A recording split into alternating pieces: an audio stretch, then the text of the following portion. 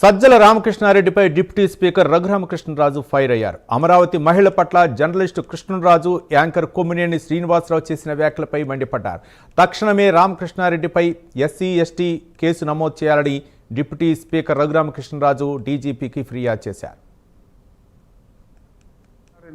అలనాటి సకల శాఖ మంత్రి, ఇప్పుడు ఉన్న అసెంబ్లీలో ప్రతిపక్షం కాకపోయినా ఆ ప్రతిపక్ష party general secretary Sajjala Ramakrishna Reddy గారు మరి నిన్న దెయ్యాలు వేదాలు వల్లించినట్టు కొన్ని వేద మంత్రాలు వల్లించారు.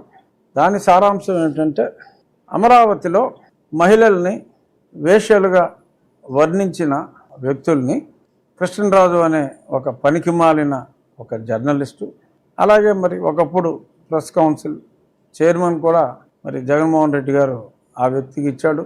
ఆయన ఇంటి పేరు కొమ్మినేని, ఆయన ఒంటి పేరు శ్రీనివాసరావు. కొమ్మినేని శ్రీనివాసరావు గారికి మరి ఆ పదవి కూడా ఇచ్చారు. మరి ఒకప్పుడు విలువలు ఉండి అది చూసి పదవి ఇచ్చుంటారు, తర్వాత వలువల్లాగా విలువలను కూడా ఆయన వదిలేసినట్టున్నాడు.